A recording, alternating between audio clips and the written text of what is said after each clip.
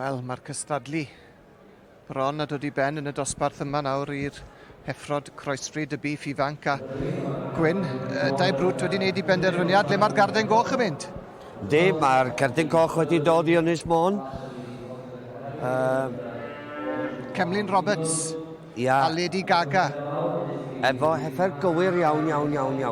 Ti'n gwybod oedden ni'n sôn cynt, oedd y ddain yn ni'n deud am Trisha David Lewis yn llydan ac efo'r pwer, a mae dau wedi mynd am a ni fel ddim cweith mor llydan, ond yn gywir iawn.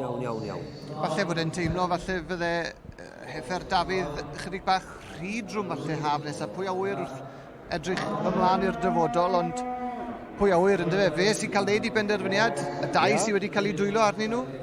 A fel wedys ti, mae hon yn heffer gywir ofnadw ac yn heffer smart iawn.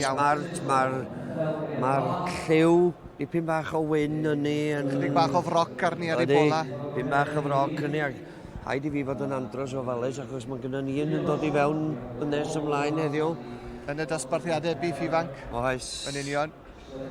Felly, na, da iawn wir, llongfarchiadau i Cemlyn a'r teulu y garden goch yn mynd i Ynys Môn.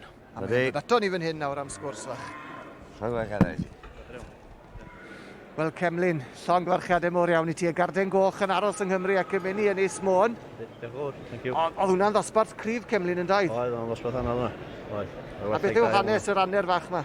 O, di cael ei geni acw mai. Ie. Buwch Belgian Blue Cross Limousine a Tarw Limousine. Diffrynig yn y dyn yma. Gan Gwyn Edwards? Ie, ta. Wel. Sdim rhyfedd bod e'n werthu'n y cywir ag glist. Faint o wartheg sydd â chi adre i gyd, Cemlyn? Ryw hanna cant gyda mi. Ie. Ac wrth y fodd i fod nôl fan hyn yn Llanelwedd, dwi'n siŵr. Ynddi, mae'n neis bod yn dal. Dyna ni golli fo.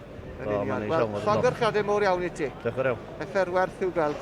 Diolch. Pob hwyl i ti. Diolch, Cemlyn. Diolch.